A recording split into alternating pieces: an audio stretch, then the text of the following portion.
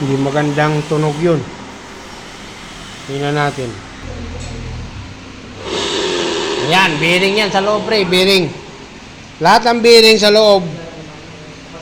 Kung gusto mo bumili ng bearing, sa bearing center ka bumili. Wala pang 500 yung bearing na yan. Wala. Mga siguro nasa 800 lang mga ganun. Kasi pag saka bumili, 2.9, mura lang. Saan yung bearing sa 2.9? Saan yung bearing Kapag tabi nyo.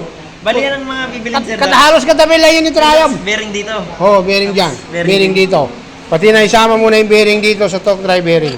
Sa torque drive. Oo. Bearing torque. Pero kung may budget ka, may bearing kami dyan. Yan. Lahat palit na to.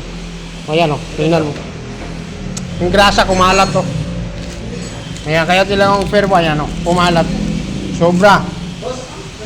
Dapat hindi naglalagay ng madaming grasa sa loob. Oo, kasi may, 0.8 nga lang grams ang ilalagay nito eh. Tapos mamaya, baka yung o-ring dito, palitan na rin.